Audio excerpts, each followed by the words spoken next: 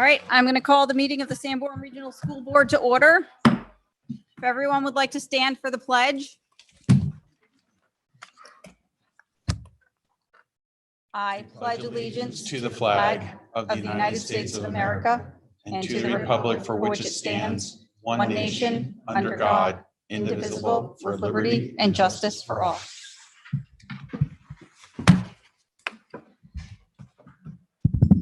All right. Do I have any action on the minutes from May 18th, 2022? I'll make a motion to approve. Second.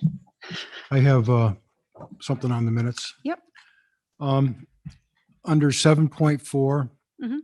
where it's talking about, Ms. Bashaw made a motion to approve the installation of the basketball court and Gaga pit as proposed, seconded by Mr. Edelman. Mhm. I'd like to put in there that Mr. Baker expressed his wish that there be a separate motion for each activity. Okay. There was a brief discussion and the motion remained as made. Okay.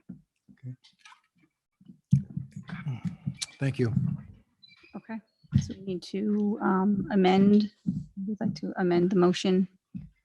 I could make a motion to amend the minutes based on Mr. Baker's changes. Perfect. I'll second that. All right. Any further discussion? All in favor? All right. Okay, now if no one has any issue, I'd like to request that we move 7.2, 7.3, and 7.4 to the front so that we can have our students present. Is everyone okay with that? Okay. Is everyone prepared to present? Okay, all right, then we will move right on to, do we want to start with Mr. Enright? Yes. The engineering project presentation. Is he still in the hallway in the submarine? Yeah. He's driving it in. Gerard. I don't think we You have told to him. look we were gonna- sternly at him. I do that naturally, so you don't have to.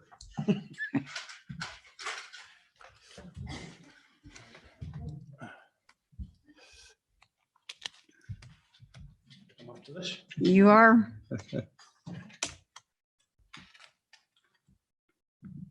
Okay, thank you first of all for making some time for me to be able to speak about the submarine project. Hopefully you had a chance to look at it outside. Tom told me I had to keep it under 2 hours. I think it's doable. So a couple of things. The submarine races are, and I may have said this, and if I'm repeating some information, I apologize, but submarine races are held every other year in odd years in the United States, in West Bethesda, Maryland, at a naval base. And and in the odd years, it's held international in Europe. So it's an international competition that attracts every race year attracts about 20 colleges. 20 schools, of which, for example, in 2019, 16 were colleges, 4 were high schools, and then 1 was an independent team. The races are intended for students to build a human-powered submarine. It does fill with water. So if you looked at the submarine and said, there's no way water's staying out, it's true, it won't, because once any sort of object goes underwater, it's submerged, it becomes subject to constraints of pressure. So even though the tank isn't that deep that they'd be diving in, you'd still have the problems with pressure. So the tank it's indoors, it's a tank, so it's not out in the ocean, it's not in a lake pond. It's a 3,000 foot long, 51 foot wide, 22 foot deep tank. And a team of divers from the school are also involved. They're also swimming alongside the sub, and it's not to direct it because the sub itself has controls inside to be able to steer the rudder and the foil so it can go up and down or side to side. And the person inside actually pedals like a bicycle in order to be able to propel the submarine forward. The team of divers outside, those are school students, they are there as a support team. It's very safety driven. There's a rope that the operator of the sub has to hold on to. And if there's any sort of problem, release it, a buoy goes up to the surface. and that will sort of signal the team of divers that's in the pool with them that they need to either go get the diver out from inside of the tank. The diver also has inside the tank has a means to open up the hatch so that they can get out, and they have the window inside for full visibility to see where they're going and to be able to communicate with the divers on the outside. In terms of how this project, the pieces of it, the elements, it's definitely a STEM project. It's for science, it involves buoyancy, it involves all sorts of calculations, very closely tied to math. So you're looking at things like, the principles of buoyancy. You're looking at things like drag coefficients. You're looking at just the principles involved in scuba diving are tremendous as well. In terms of students that could be involved, the shop definitely would be a great place. They would be involved in fiberglass. They would be involved in some sandblasting of the components that are already in there. Also hooking up some of the components, welding new components in place. So this is a sub that has already been raced. It was built by SST in 2011 and 12, and they raced it in 2013. In order to be able to compete, you can take a pre-existing, one that's already been raced, and you have to make a major design modification to it. So students would be involved in engineering it could be on the outside, could be what the foils look like, could be how it's operated. They also are encouraged to use technology to be able to collect data, to be able to do some controls or some really cool things that some of the teams have done using Wii controllers to be able to help them steer it, things like that. You can also do technology in terms of communicating with the other divers in the tank that are with you. So there's really, it's up to, their imagination, what they can do. Other components of it would involve CAD, because they can sort of set up what they would like. If they want to make a modification, they can then set up a CAD file to 3D print it and then look at what it would be like inside of a wind tunnel. They can build a wind tunnel and look at how all of these components sort of interact. The trip is a 5-day trip. It's June 18th to June 23rd next year. What I would like to do is be able to have a team of sponsors, and I've already sort of spoken to some just to get a sense of whether they would be interested. But some of the most likely ones would be like a Liberty Mutual, some engineering companies. I say Liberty Mutual because I happen to know someone that works at Liberty Mutual who is involved in some of that sponsorship donation area, and they are interested in that if we decide to proceed forward. But also scuba diving shops, bicycle shops, we are permitted to put logos on the side, so that would be a big selling feature for them. And we could certainly have certain levels of sponsorship or donations and things like that. The scuba, it would be for hopefully discounts on gear, or maybe they'd be willing to donate gear, but also the scuba diving lessons. So we're sort of at the end of the year, end of the school year, and we say, well, could we have waited? Ideally, we'd like to have a team of 5 or 6 kids at a minimum become certified, and the prime time, of course, is over the summer, so that you can still do it in the fall, but it becomes a little more tricky with the air temperatures and things like that. Sorry, I dragged the sub over. I'm still sweating from that. You've all seen the sub. If maybe you were there when I laid down inside of the sub. I didn't wear my jacket. Tom said if I do it again, I still have to make sure I wear the tie, and that's fine. I'm all right with that. Whoever operates it, we'll make them wear a tie too. But so I laid down inside of the submarine. It is, it's a significant challenge. It's a STEM challenge to be able to do this. The goal of it, there are a few things, they look to see, okay, what's the quickest time going through, and they have certain gates set up to see the quickest time. But that's really like one small component of it. The whole objective really is the learning process that takes place along the way. And so it's learning about CAD. There are students, I've already spoken to some students. One student made up a 3D printed version of it. And just by taking the data, all the measurements, plugging it into a CAD file, and he was able to 3D print a miniature version of it. And you could do that with any components of it. You could 3D print some of the parts for the propeller. some of the parts for the foils to see how those would interact and how you could use that, information to design the best sort of system. It's student driven, and I would sort of be the advisor. I have also talked to Dr. Young here, who teaches physics and calculus. And so he would be also involved, helping out the students along the way. I did ask, I held a meeting to see if students were interested, sort of having both things, this meeting and a meeting with the students, converge at the same time. I didn't want to come in and ask and have no one be interested. So I do have students that are interested in doing the part for the scuba, that are interested in a lot of the mathematical calculations. And there's some interest. So it is something that and that's only the sort of the team that would be going down to Washington, D.C. There would be a number of students involved here between the fiberglassing, welding, sanding. We would also want to involve the media classes so that they could advertise. We would want some students, hopefully that might maybe from the marketing class, that would maybe be able to contact potential sponsors and be able to, try and get the word out there as to what we're doing. So it really can involve a huge number of groups. I'd love to have the art students and the art students working on some of this. So Unitil already has a sticker on there. Yeah, well, they're gonna be one of the first calls I make.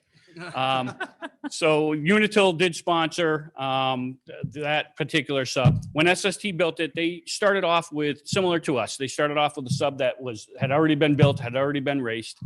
And they did it. They came back and said, gee, we'd like to make our own. And it takes about 2 years. So that's becomes our constraint, is that we have a year to be able to do it. And so you can work with design modification concepts and things like that. But to build it, you're talking about running a stringer through the middle and then cutting out plywood, supports to then lay cardboard, fiberglass, all that. One of the other great sponsorships. So this tank, so everyone might say, well, geez, how many tanks could there possibly be that are 3,000 feet long? This huge tank. There is one at UNH. They did work with SST, and SST was able to put it in there. They had to have a lot of it together. I think they only ended up doing one day's worth of runs, but we certainly could look to have others.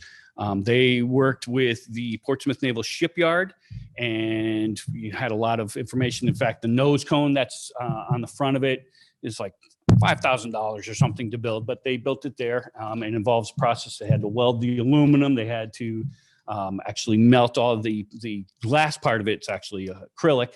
There are 6 sections, and they had to melt that, melt it into forms and get that to all harden and everything. So that work was done at Portsmouth Naval Shipyard. That's where that submarine has been stored for 10 years. It's faded yellow right now, but you can see there's a section, a little hatch behind the main hatch. You can see where it's a lot brighter yellow, and that was the original color. And I'm sure a lot of the fiberglass is starting to, it's going to need some work, some repairs. And that's what we have. We have that.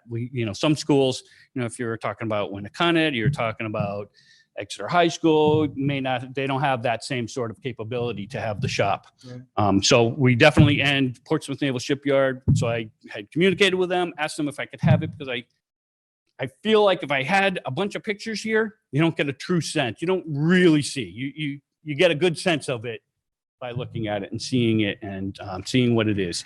So that's why I did it. They want to be involved. There are steps, there are things along the way that we can do. So there's a thing called Sea Perch, which is a small robotics control with a tether, and it will, it'll go under the water and it'll come up and you can turn it left and right and up and down. And that's great for introducing things like some of the electronics pieces. The students, learn to do soldering and things like that. Of course, they do it here, but more for the electronics and robotics part of all of this. Sounds like a great project. I would love to have some cameras hooked up, and that would be something that I would talk to.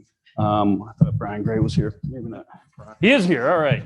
So I would love to have the digital media people involved and be able to to do this, both before, as we're sort of building it along the way, and afterwards as a promotional thing. And the goal is, ideally, it's not a one-time thing. You know, you come back from the races and say, hey, we learned a lot from it.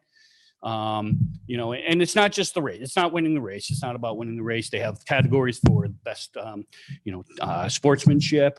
They have a lot of different things. And there are times, one particular year, there was a group that only had 2 people on their team, and actually it must have been in 2013 because it was the SST divers, and they jumped in and they said, yep, we're going to be here. We'll be your support team. So it's not a cutthroat. It's everyone's there to try and help each other. Sometimes you get down there and a part breaks, and some of these schools have machine shops in trailers that they bring there. And they come from all over. There's Virginia Tech, there's schools from California. They're from everywhere. You had said that that you wanted to get 5 or 6 kids certified, right? Can you speak to the educational benefits of the certification? Because most people think you just jump into a pool and you learn how to swim with a tank on your back. So can you just maybe go over the education? Yeah, great one. Great question. So becoming certified as a scuba diver is no easy undertaking. There is a classroom portion of it. And I know that you're certified. I've been certified as a scuba diver for 30 years. And there is a classroom part of it. So you will learn a lot of the principles. You will learn principles about the Archimedes effect, which is, has to do with buoyancy and atmospheric pressure when you're on land versus at 33 feet, 66 feet, and every 33 feet after that. You learn things like when you get to a certain depth that you have nitrogen narcosis concerns to be aware of. And that happens usually around 70 to 90 feet. So there is that portion. Then there's a portion which is in a swimming pool. So it's very controlled. And at 4 feet deep, you learn to take off your mask and put it back on underwater, clear the mask of all the water, clear the mask of all water inside so that you have air and you can continue on with your dive. Probably doesn't matter at 4 feet, but when you're at 60 feet, you want to be able to do that without coming back up to the surface. And then they would participate in 4 open water dives. And that does not have to be in the ocean. In fact, I would strongly encourage the group to be able to do it in Kingston Lake. Kingston Lake is a great place to be able to do it. It gets to a maximum depth of 40 feet. And really where you're practicing those skills. So you do those skills in the pool several times. It's probably 8 hours of doing that.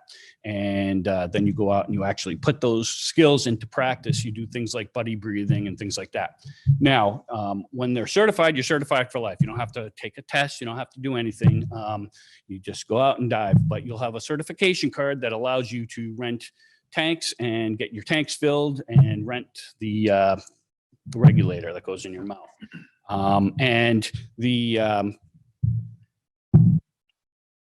I was going to say the tank. So the tank is a maximum depth of 22 feet, meaning, and you can't touch the sides, bottom, or breach the surface. You're really hovering around 12 to 15 feet in the submarine. And then there's there's a lot of math involved, right? Dive tables. Yeah, math stops, right? So math is definitely a huge piece of it. Yes. Because, and you're right, you have certain dive tables that you need to follow along with and look to see how long you were at a certain depth, how long you were sitting on the surface, and that determines how deep you can go. So that's this extra learning component that won't impact divers swimming alongside of or that are inside the submarine. But it is this extra math learning concept and experience that you have to be able to know in order to pass the certification test. Jamie. So, Jim, this is a great project. You're going to get dozens and dozens of kids that want to get involved. What is it that you need from us to support this in order to launch it? Well, your support, the encouragement, and the fact that we can do it. So I think that my biggest issue or my biggest thought was people would look at it and say, we're going to put a kid inside of the submarine and not understand. You understand scuba diving.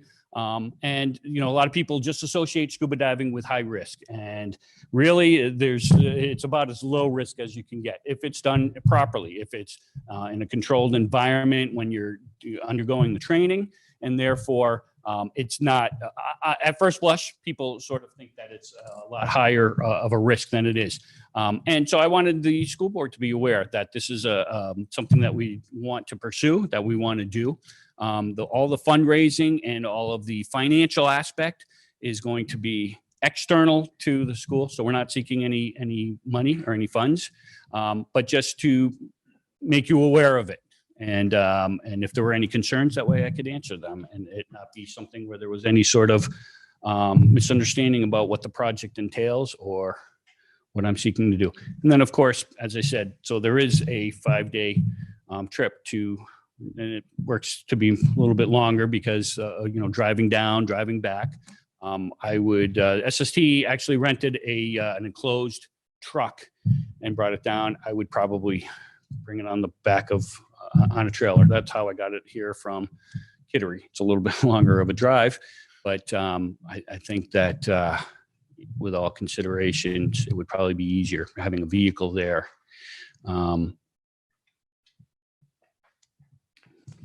So one last question for me. So you said it's not about the winning, it's not about the speed, but what is a good speed to cover that distance? That's a really good. That's a really good question. They do have the speeds. I can pull it up for you. I don't know the speed off the top of my head. Yep. They aren't drastically fast. There were only a couple of people out there when I actually grabbed the foot pedals on the inside and cranked the propeller around. It doesn't move super fast. Yep. Although the tank is 3,000 feet long, you get started, and then once you hit the first gate, they time it for 100 meters. I see. So it's only 100 meters that you're racing through, and I think that it's probably about 40 seconds if I remember. And the great thing, of course, is that in the beginning, I'm sure you're sort of down and you're up until you get the hang of it, and then you're sort of gliding along. You do get extra runs. It's not just one time that you're doing this, but it does work out to be a full day thing, because even when you're not in the queue to go in or actually in the tank, there is still a lot of camaraderie around in that area, with 21 schools, and they're all down there having a great time, learning from each other. There are a lot of the naval architects will be there and looking and observing. I liken this, the human-powered sub challenge is a lot like the solar-powered car race that they do across the country. If you're a hiker, it's like climbing Mount Everest. I mean, this is the epitome of saying that you worked, and there's a lot of other skills. It's not just those hard math skills or the welding. There's teamwork. There's, you'd have ideally a student that would be sort of trying to coordinate the efforts to put all the data together, because there is a research paper. You have to write a technical report about all of the information, and you have to ensure that you meet certain specifications of safety and things like that. I'm up, right? I'm going to be the timer because we Perfect. have 2 other groups presenting and we have interviews at 7:30. So I'll move to approve the project. Thank you. Jim's moving to approve. We do- Second. Does that include Rick the seconded. 5-day, does that include the 5-day conference? Yes. Yeah, so that's the other piece, is that I would need You need the leave to go to the conference and you need the group to go. well, I to don't the think I would, conference. well, it depends on how the year works. Some years we're out by that day, but the fact that it would be approved. Yes, Jim, I will help you with that person. All right, thank you. All that is necessary. Yes. Thank I'll you. use my personal days. Yep. helps. It's a shame. It's a shame you have so little enthusiasm for this, Mr. Enright. Mr. Enright, I want to say thank you for bringing this to us. I'm very excited about this. I was part of Project Whaleboat that we did here at Sanborn High School, where we actually built a whaleboat and launched it on Odeon Point. And I was so sad when it never came back again, and a project like that didn't come back. So I'm really excited to see this come back. Is something, not the same thing, but something similar where you're using, same idea, same premise. And I'm super excited to see it come back. And I hope we can do more things like this in the future. So thank you. I appreciate that. And the project has been compared. Brian Stack had talked about the fact that it was parallel in many ways to the whaleboat project. Yep. And I think it is an exciting project. I think it's a project that, we can get a lot of students really excited about. I had some students come and meet with me today. They've emailed me saying, hey, I go to SSD, but I want to do it. And they're excited about it. It's a great opportunity. So All right. So Thank you. We have a motion. We have a Oh. second. If there's any further comment. All right. All in favor? Go, All Jim. right. go. Unanimous. thank you. Yay! Thank you. I appreciate the time. Thank you, Jim. All right. So we will move on to 7.3. Extended learning opportunities. Harry. Good evening. For those that don't know me, I'm Carrie Alley Violet. I'm the Career Pathway Coordinator here at the high school.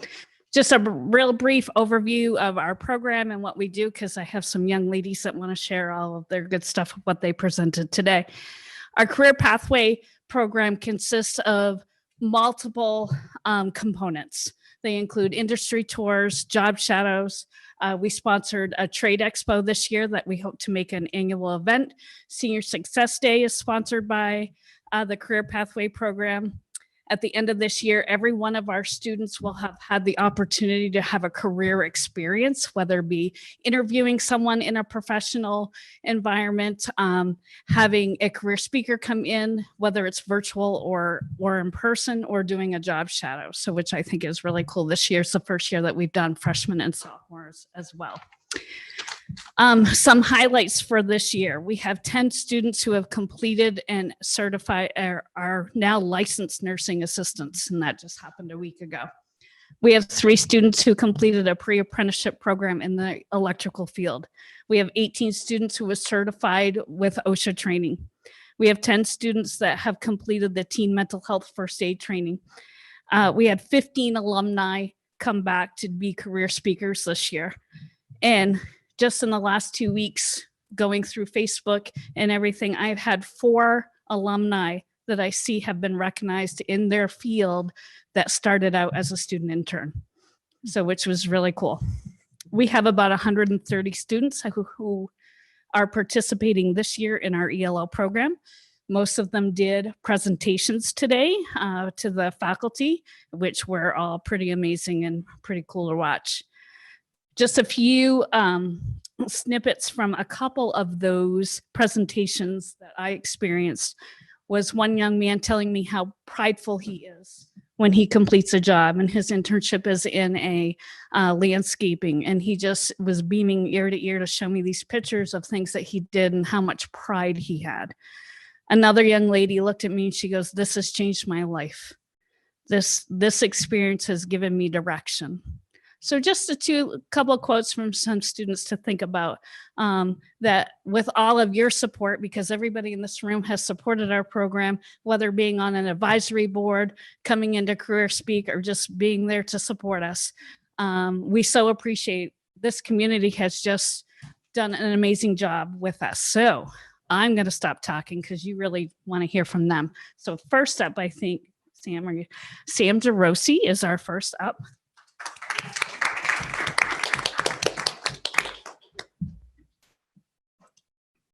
Hi, everyone. As Miss Allie said, I am Sam DeRossi. I am a current senior here at Sanborn. And for the past 3 years, I've had the incredible opportunity to take a part in the STEM ELO here at Sanborn. So my first 2 years, it was a class type structure. So I was in a class with a couple kids and Mr. Helmke, who is amazing. My project was based around microbiology, as you can see from this poster here and the one on the floor. So I based my project around making experiments about microorganisms and how they affect our environment. One of my favorite parts of the whole 3 years has definitely been getting to explore a topic that I knew nothing about going into it, and then exploring something that became a passion so overwhelming that I decided to let it take me into the next forever of my life, basically. I plan on going into medical microbiology. I'm studying it at Quinnipiac University next year. So having this ELO definitely set me up for success. I have a couple more minutes, right? All right. So I can talk about some of the other stuff I've done. So sophomore year obviously got cut short because of COVID, but I was looking at tardigrades a lot, which are microorganisms that have a protein inside of them called the damage suppression protein. And basically what it does is that there's a cloud that surrounds the DNA, and it shields it from radiation and extreme heat and extreme temperature variation in general when it comes to an environment. So if there's a tardigrade in the pond here and it becomes winter, as it does, the pond will freeze over, but the tardigrade will actually be able to survive because that damage suppression protein puts the tardigrade into a ton-like state, which is basically when the metabolism of the tardigrade stops completely. So being able to see these changes through my experiment has been incredible. I mean, most people don't even know about this, so I was very lucky to be able to do it in school so much. One of my other favorite part of the ELO, besides the stuff that I'm doing, how much I love it, is that I've gotten to make connections outside of Sanborn. So I have a mentor down in Washington, D.C. She has a PhD in biochemistry. So when I first started this ELO, I had not taken a chemistry class. I was a sophomore. So being able to get her advice on some of the mixtures I would need to make to help my microorganisms survive was really amazing. She's one of the greatest influences that I've had. Another one of my favorite parts of the ELO has been the connection I've made inside of the school. I knew all the science teachers before they were my teachers, and at this point, they're like a second family to me. I'm always down the science wing. It's kind of like a home. On top of that, I've gotten to use a bunch of materials that everyone my age normally don't get to use. So I use micropipettes, which are basically pipettes that can get down to, I did one procedure that I took out 5 microliters of water, which is very, very, very tiny. You can hardly even see it. I also get to use a LabQuest, which is a technology piece that measures oxidation levels, phosphate levels, nitrate levels, and basically helps me maintain my cultures of microorganisms a lot better. So I would definitely recommend all students at Sanborn to take ELOs because it's been the best part of my high school experience. Thank you.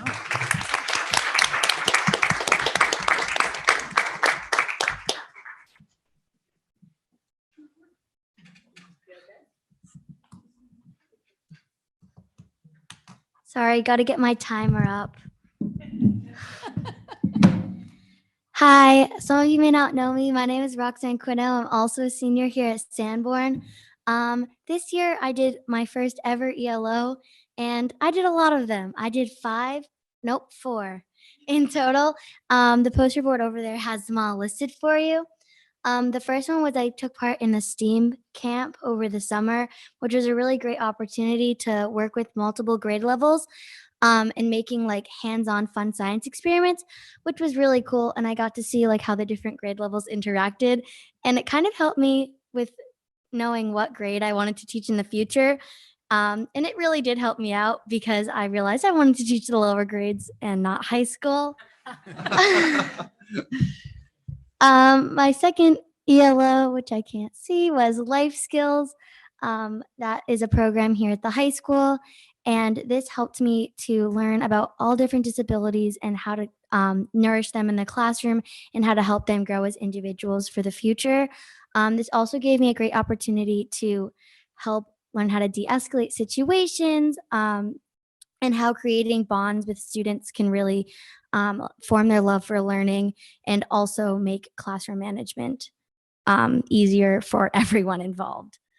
The next one is probably the one I spent the most time doing. I went to Bakey every day for at least 2 hours. I was in a kindergarten classroom, but I also went to some specials to see how things changed from the classrooms to the special classes they had there. I was in Miss Manning's room all year, so I got to follow the kids and watch them grow over time. This one really showed me how 16 5-year-olds in one room is a lot. Like a lot. So multitasking was a really big thing I learned in that.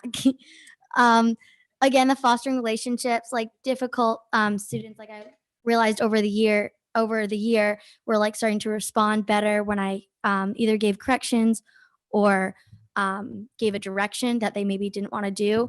And my veteran teacher, Ms. Manning, in addition to a lot of tricks, made the connection for me that it's because I was fostering relationships with kids and how much better people do with that, which I totally relate to as a student. I think I do way better in classes where I like the teacher. So that's just me. And then the fourth one I did was Holocaust Studies. So last year I took a Holocaust Studies course here at Sanborn, And I read a lot and I had read books about it in the past, but I'd never really gotten to learn it in a class in the curriculum, which now we've added and I'm very thankful for. And so I actually found such a passion for it that I'm minoring next year in it at SNHU. And this really, really helped me. This year, I actually got to help teach it, as in like make tests, make lesson plans, and even go to some of the freshman classes who have never even heard of the Holocaust before and give them like basically a rundown of everything it was and how it happened and what the process was like. And that was really cool to like share that moment with them and like learn about diversity and all that stuff. These ELOs have really helped me over time. Like this whole year, my favorite part of the day has been the classes that I had these ELOs in. Like kindergarten, the day ends at 2, but I would stay an extra hour, an hour and a half because I was just having so much fun there and I was learning so much. Like I think you learn more from a veteran teacher than you do sitting in a classroom and Googling things. Especially with this where it's so hands-on and every situation is different and there's no way to prepare for every situation you're going to face in a classroom. Like experience is your number one tool, which I thought was really cool to get, not even leaving high school yet. And it really helped because next year I've decided I'm going to minor in K through 8 general and special education.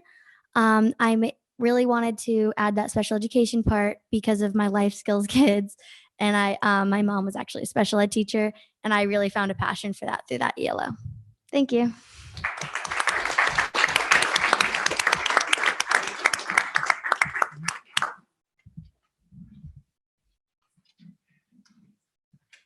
Thanks, ladies. I'll just wrap up real quick. Just you hear the word ELO a lot. It's extended learning opportunity. It's really self-driven learning.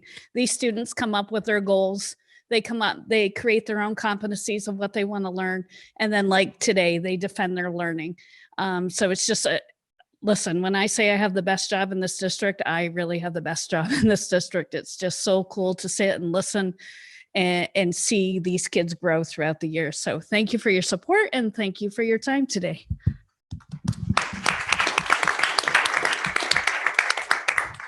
Before we move to the next presentation, I just wanted to mention that I would agree with Miss Ali Violet that the ELO program is something that is very, very unique and wonderful about our school. Today, I attended a couple of the seniors' presentations of the ELO projects that they did, and typically we have a number of those all at one time happening in the building, and the teachers come and sit and listen to the students present their learning for the year. And it's incredible. And the coolest part of it isn't always, one of my favorite ones, a student said that they spent a year being an art teacher at the Ellis School, and they thought that they wanted to be an art teacher. And she said, I don't want to be an art teacher, which is wonderful because she didn't spend 4 years going after a degree in something that she ultimately didn't want to do. She found another path. And so I think it's so important that we recognize that our students are not only finding what they love to do, but they're finding what they don't like to do earlier on in life, which is really, really important for their development. So I just want to say thank you to Miss Ali Violet for all of her hard work. And I want everyone to know that this program has my full support. And I know as we look to having a new principal and changes at the high school, that this program is a critical part of what makes Sanborn unique and fantastic. Thank you.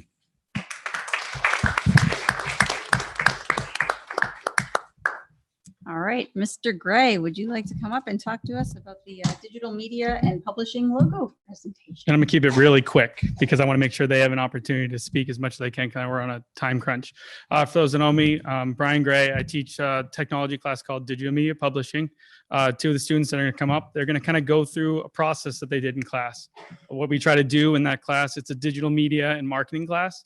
So we try to take things that they can do and use in their regular lives or eventually hopefully careers and be able to use it. So for this project, and they've gone through different levels, which they'll talk to you about, they just looked at this idea of if we had to rebrand something, what would we do? It's not saying that this is what we should do. It's just, here is an example of when you take an idea and you like build it through and kind of go and, you know, just kind of put it through fruition. So I don't want to take any more time from them. So I'm going to have Jillian and Mackenzie come up and they're going to present this presentation to you.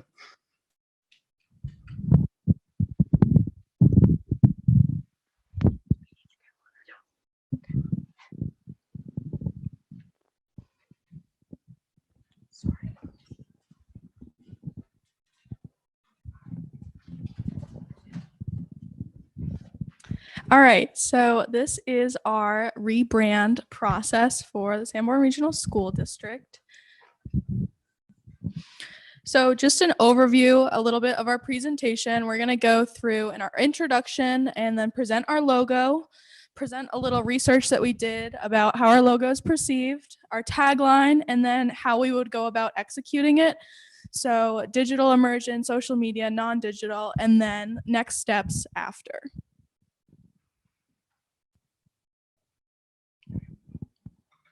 Introduction. So as a part of our class, we worked on branding and we wanted to brand something that we were familiar with. So what's better than our own school? And with our branding, we decided to go for the logo because we liked all the other aspects of our brand as is. And we no longer own the seminary that is in our current logo. So we thought that's a good place to start and that we can possibly spark ideas for future rebranding in our district. Logos. Our original concept was this tree design. Sanborn and Kingston are filled with history, and we think that this tree is an important part of it. This tree is meant to represent the linen tree planted by Josiah Bartlett, brought here in 1776. He brought it all the way from Philadelphia to Kingston, and he was also the second person to sign the Declaration of Independence. We think this is much more fitting logo for our school than obviously what we have now, our district. And even despite just the linen tree, there are many more trees in the 3 towns that we serve that are historic and have meaning to us. And aside from that, we also think the idea of growing in a school district itself, like starting as a seed and becoming a tree when you graduate, also fits our district. Oh, and one more thing. Like the linen tree is very hard to duplicate. So we think like the students of Sanborn also fit that hard to duplicate the idea. Yeah, and the linden tree in Kingston is actually planted in Dan Doyle's yard. So he's the one that has it and knows about the concept and knows how hard it is to germinate the seedlings and replant it because he's tried. So research, we did a little bit of surveying across the school. We sent out a survey to staff and students. So most of the results were in favor of neutral or yes, and the rest, about 50% were not in favor, even though we know that, these results aren't specifically in favor. We know that we need to do a lot more surveying. This only accounts for the students who weren't really clear about why they didn't like it or how we can improve. And it also doesn't account for people like you guys, community members, parents, other members of the district too. This is only high school, so people from other schools in the district as well. So after our survey, we decided to revisit the logo and add some changes. So using the feedback, we changed some of the designs of the trees to make it easier for embroidery. And on when we even added roots to try and fill the bottom space and going along with the tree concept as well. After we made the tagline, growing today's learners into tomorrow's leaders, this tagline relates to students growing in a school and also goes along with the idea of the tree, which is why we think it fits. Because when students start as a seed and they grow by the end of high school, both academically and as a person. So style guides. Style guides are a huge part of everything that we do as a district brand. So this is a style guide for our current brand. You have one logo that, while it's cool and hand-drawn, is really, really hard to embroider. So you would need something that's easy to embroider, and we also don't own the seminary anymore. Even though it's a really historic part of Kingston, it's not as much the emblem of our school district because we don't own it. And as well as the blue, we use a ton of different blues in everything that we do. We use a different navy, just kind of based on whoever's designing it and their preference. Our uniforms are a different navy. The navy that everyone is wearing with their Sanborn gear, what Mr. Ambrose is wearing is different than what Mr. Gray is wearing. It's just all very confusing, and they have different logos. So this would be a style guide for our logo that we designed. And the main point is to just understand that we have one. So you go to make something, you go to make a quarter zip, you go to make something for the Facebook, you know what navy to use and you know what gray to use. And then you have alternate logos. So right now this would be like the S or the seminary, and then you'd have the S and the bell and all the other logos as alternates. But it's about how easy it is if you just know that it's there. Execution strategy. For our execution strategy, we wanted to focus on social media, non-digital, and digital immersion.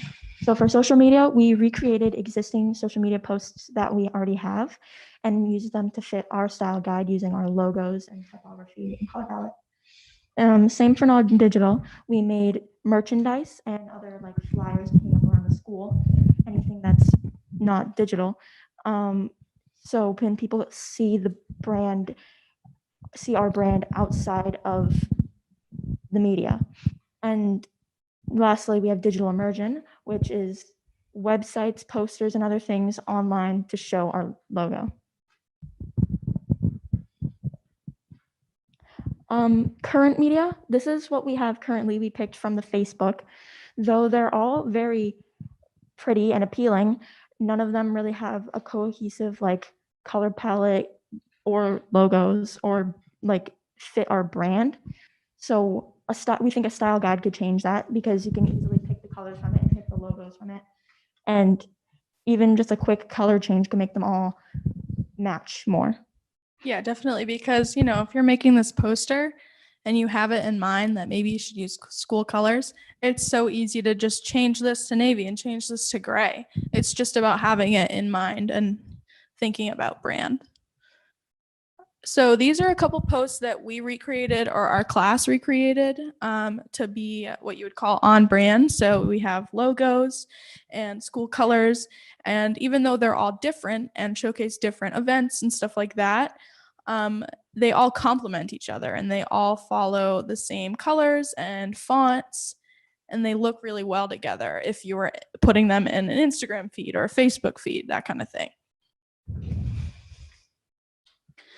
And then here's some sports media. There is a huge market for having good media. We get lots of good pictures taken by Kevin Pillsbury and lots of sports photography, and there's so much to be done with it. This is the kind of stuff that we put on Facebook and run on the TVs, on the signage, because it's exciting. You want to know when Kevin Kaloje gets second team or honorable mention for All-State, and you want to know when Jared Khalil breaks the school record, and it all looks good.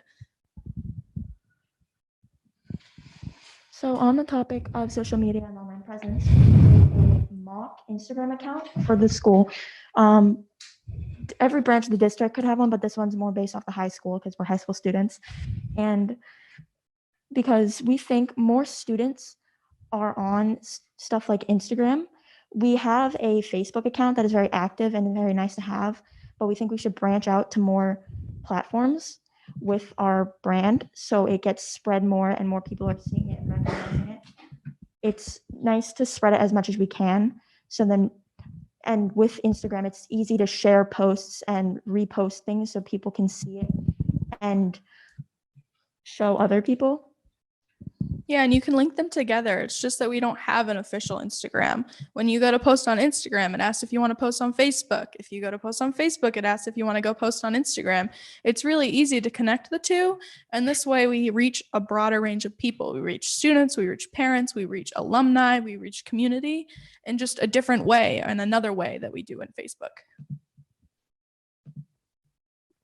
So social media and online presence, there are so many clubs, unique clubs at Sanborn and lots of sports. And there's this opportunity to have social media to promote and let everyone know that you have a game or you have a club event. So this is just one example of the softball. So we can click on it. Basically, this one takes pictures and then uses school colors and just kind of graphics to let everyone know that there's a home game, that it's the senior game, that they're away at Laconia or Conval. So it's a good way for everyone, like Mackenzie said, because you can repost it. So if one of my friends is on the softball team and I see this post and I'm going to repost it. Then everybody knows that there's a home game and they're going to go watch. It's just the power of social media, and there's lots of opportunity there.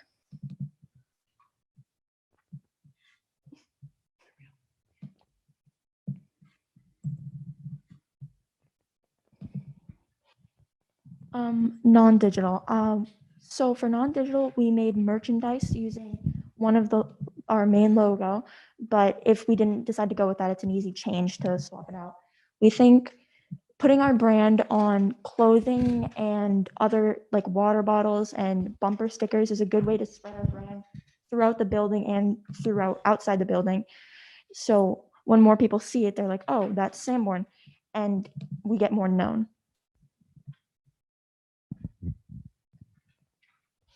So non-digital is everything else that we put around, the posters that you see around the hallways, or just anything that you see on paper or in a I don't even know, like points of pride, that kind of thing. Even though that's digital, it's a poster. So this is an example of an ad for the class of 2022 decisions account.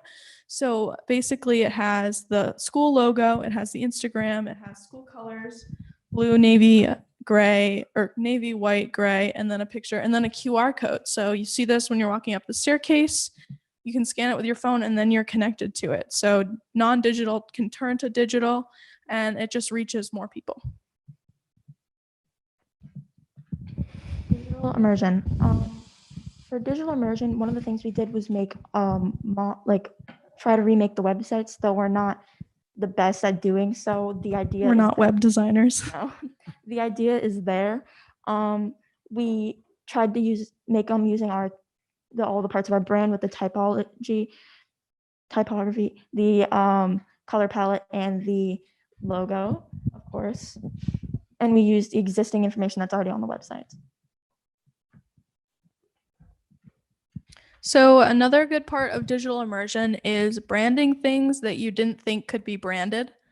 This is just one example of the strategic plan for the Sanborn Regional School District. It's very easy when you're thinking about it to use school colors and make it on brand and put your logo on it and put a tree on it to represent growth. So we make the colors fit and you use the same icons and titles of the old strategic plan. You just, use everything that you know from the brand kit and from basic branding. It's duplicated. So next steps. From here, we can work with you to build a strategy with a branding strategy for the school. We can help build a style guide for the district, so we can all pick off of that. And then we can develop a logo or work with the one we have. And then we can survey stakeholders and develop a logo further based off the feedback. And then after that, we can build an execution strategy focusing on digital immersion, social media, and non-digital. And that is it. Does anybody have questions? I do. Yes. I just wanted to kind of explain to the board that when I met with the students, the purpose of this project was for them to develop a company that would sell a branding model to an organization. So this is the presentation that they shared with me. And it was so fantastic. The group of people that went to the presentation, Mr. Angel, Dr. Haynes, and a few other folks, we talked with the students. The district doesn't have a logo, the whole district. We have mascots at every school. So each school has a mascot, but the district doesn't have a consistent logo.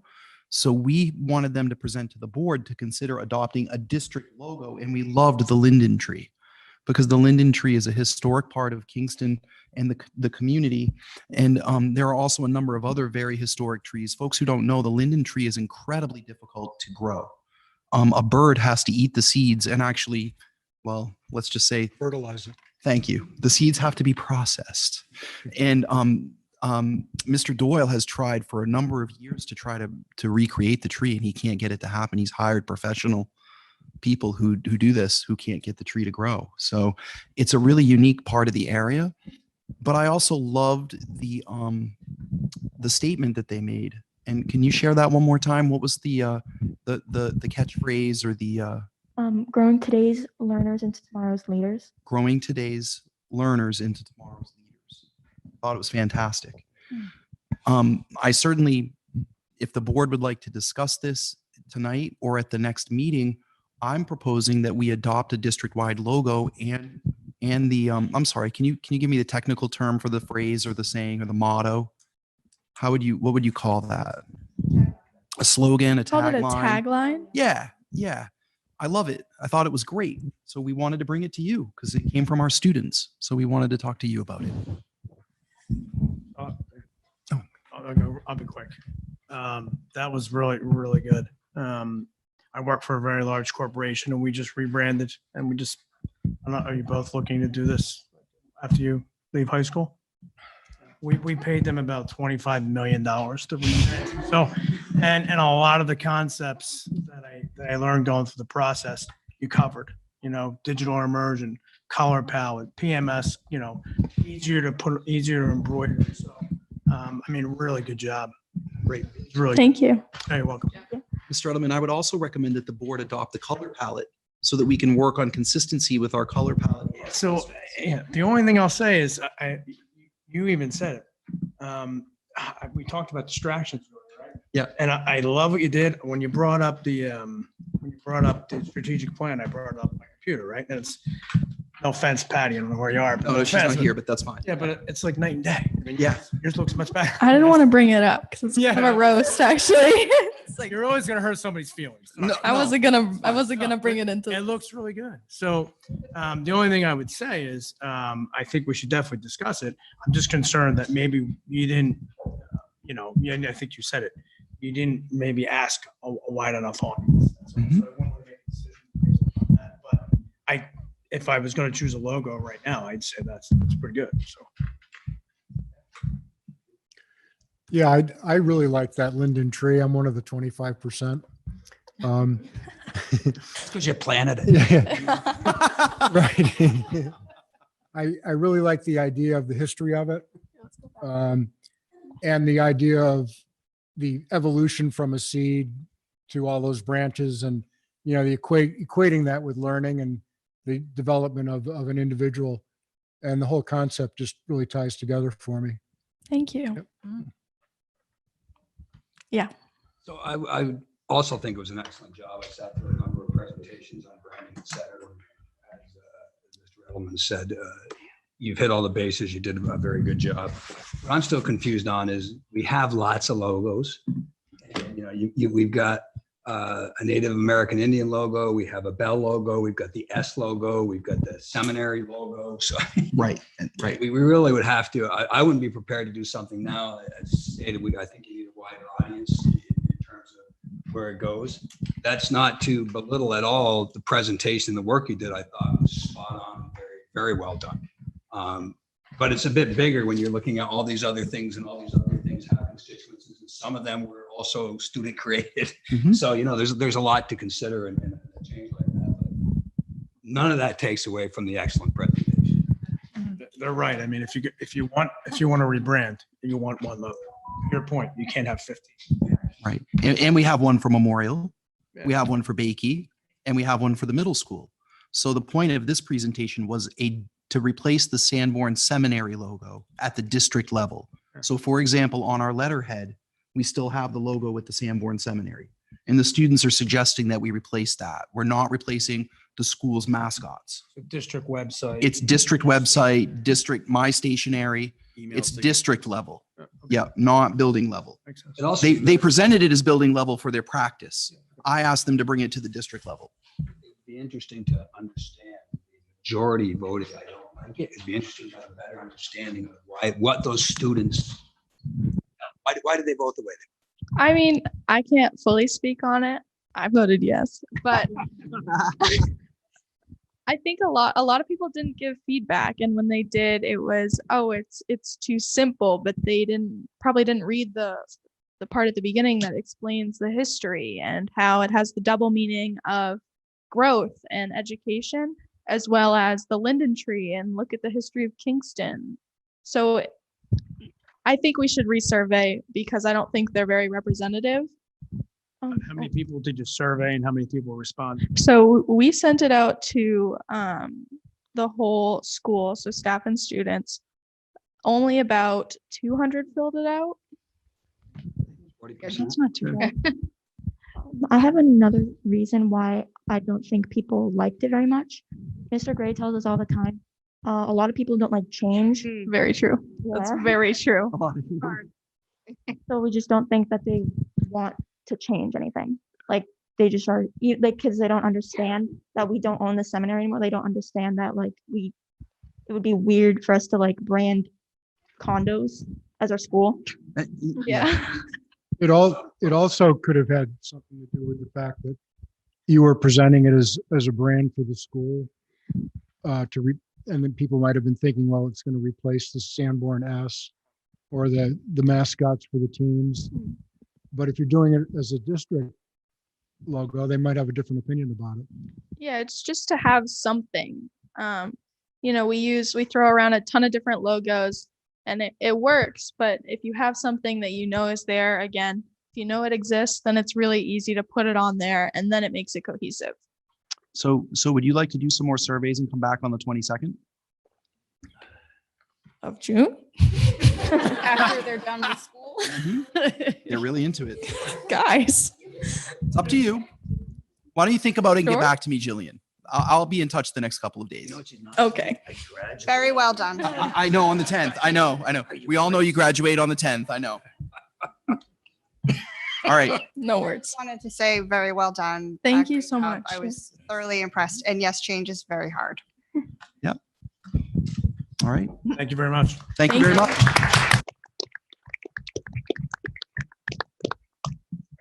Right. It is 7:31, so we have to go into non-public. We have a non-public. We have to go into at 7:30. So we have to go into non-public for, I'm not sure how long. At least an hour and 20 minutes. Okay, I guess an hour and 20 minutes. So if anyone would like to come back after that, we will be going back into public session. It would be good to tell people that we're going to do the grading on the 22nd. So, Oh, yes, and we're gonna move the grading to the 22nd so that more people will be able to hopefully, stick around and be part of the conversation. So, We're moving the goals. oh, and Yep, goals. and the goals. Yep. Yes, so we're gonna move the goals and the grading. All right, Yeah, you can say for interviews. For interviews. Hour and 20 minutes. Yeah, it's fine to say that it's for, yeah, that's fine.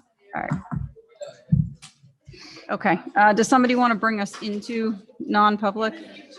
You bring us into non-public? You're welcome. Thank you. That's all right. We revised it.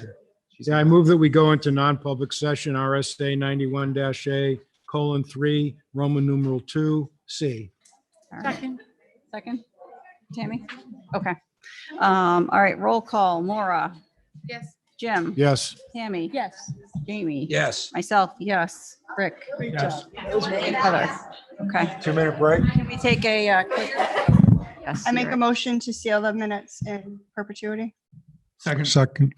right. All right. Good job.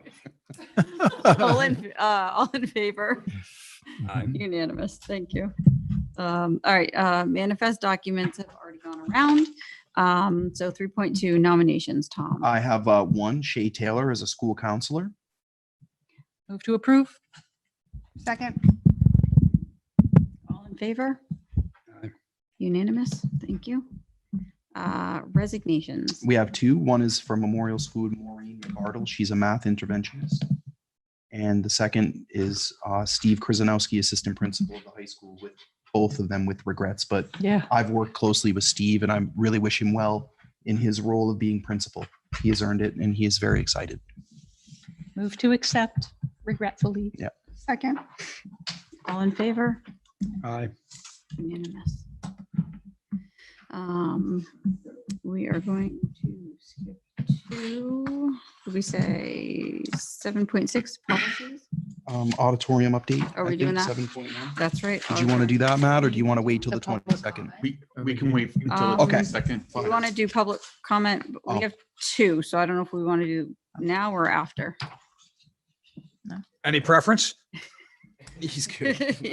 All right. So we'll go to auditorium update, Matt. We're going to push that off until the next meeting because we're still missing quotes from several different vendors. Okay. And one of them is going to promise us one on Friday. And I was supposed to get another one today. Okay. They are working really hard to bring you a full proposal. It's tricky because there's so many aspects to the auditorium. You have the lighting component, the screen component, and then the sound component. But I think we're going to make it for the 22nd with a full proposal. If we don't, we'll be in touch so that you're prepared for the next meeting. All right. So then policies for review. Says 3 policies from the policy committee today. JH, attendance, absenteeism, and truancy. DFA, investment, and then EHAA, email communications. And we were asking for a first and second read. The attendance policy, really, the administration asked to have that ready for September. And it's not a significant change, but the policy was really out of date. Mm-hmm. It just brings us up to law. Investment is an annual policy that needs to be renewed annually. There's no change in the policy. And the email communications policy brings us more into compliance with the law. And it addresses some of the issues that we've had with elected officials not wanting to use the school district email, which is a part of the new law that changed 2 years ago with regard to internet security. So I just want to be very clear about that, that there are 2 laws that addresses. One is RSA 91A, Right to Know Act, and the other one is an internet safety law that we have to comply with. And there are 19 policies associated with this internet law that you'll be getting in September to review, and Gordon is working on them. I believe he said 19, right? Yeah, Gordon has been working on it all year to make a comprehensive proposal, but he's concerned about this issue of the email communication because we don't have a policy that brings us into compliance with that component. To move all 3 of them, or do you want to Sure. take them one at a time? I mean, I'll move to accept all 3 of these for first and second read, all 3 of these policies. Do I have to list them all? All right. Any discussion? No, I'll just point out that, yeah, they were distributed. I've read them all. I Yes. think everybody's read We've them all all. reviewed It's them. Just that this is the first time that we're seeing it. So I don't have any concerns with what's written. All right. All in favor? Aye. Unanimous. Thank you. All right. 7-7, school resource officer. Matt. Okay, so we've been trying to work with the town of Kingston about providing a school resource officer here at the high school. We've actually, or what the start of this is trying to work with our insurance company in relation to our current status. Right now, we can't have an armed security personnel within the building if we don't have one. Okay, so this right here is a cost neutral where we're already paying for that position. Instead of paying it for an employee, a district employee, we'd be paying it for a police department employee. And this would actually be an officer of the police department. And this agreement is identical to the one that we just recently signed with Newton. That's what I was going to ask. So we have questions? Say that about the insurance again. Insurance does not allow us to have an armed police officer in the building. No. Wait. Let me help with this. We had a security person that we hired for the last 2 years when Dan took over the job to support Matt. Yep. They're not a police officer, so they can't carry a gun because of our insurance. We want to move to a police officer. And they would be allowed. They would have a gun. Thank you. Just like Memorial. Like Memorial. Seems Okay. kind of a little. I just wanted to verify that because We're a little bit like Yeah. this right now, where Memorial has an armed police officer and the high school doesn't. We are going to use some money from our ESSER funds to keep the current security officer on for continuity for 1 year. Because we want her to work with the new SRO and the staff and the students. And with the changes in administration, we felt like for the mental health component and the relationship she's built with kids post-COVID, we felt like we should keep her on. That's a cost of about $33,000. And out of all the grant money that we've received, it's not a big impact. It doesn't impact the taxpayers at all. But we felt that we should use the grant money to keep the current security officer on and then use their salary to pay for the police officer for the first year. then the second year that the person will go away and the police officer will stay. Okay. And what I'd be looking here is a motion to authorize the superintendent to sign this agreement. Move that, what you just said. Move to authorize superintendent to approve this agreement. Second. Yeah. I'm Any- all in. Any discussion? All right, all in favor? Aye. All right, All right, thank you. unanimous. Great. All right, Then public comment?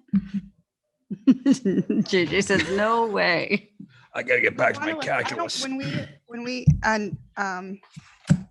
When we introduced JJ, the camera was not on. So we should do Oh, that that's again. right. So we're I doing feel it like we again. should do Yes, that. yes. So JJ, would you actually like to come up and just introduce yourself real quick just so you can kind of give everybody this is my name and your new role here. Not over there anymore. Yeah. Yeah. I'm JJ DeFio. I was just elected the new student school board representative, and I'm happy to be able to help serve and sit on the board and provide input and provide a student's opinion on everything going on. Great. Welcome. Welcome so much. Welcome. We'll see you at the next meeting. I know. All right. No public comment. I think And are we moving the track? we're moving the track and grading discussion. Okay. Yeah, I think we're moving all of those, correct? Sure. Okie dokie. So we can go home at some point tonight because we still have another fun non-public to go back into. All right. If there's nothing else, then the next Sanborn Regional School Board meeting will be held Wednesday, June 22nd, 2022 at 6:30 PM in the library at the Sanborn Regional High School. And would someone like to take us back into non-public yet again? I move we go into non-public session, RSA 91-A:3, Roman numeral 2C. Second. All right, roll call. Maura, Yes. Jim, Yes. Amy, Yes. Jamie, Yes. myself, yes, Rick, Yes. Heather. Yes. All right. We are now in non-public.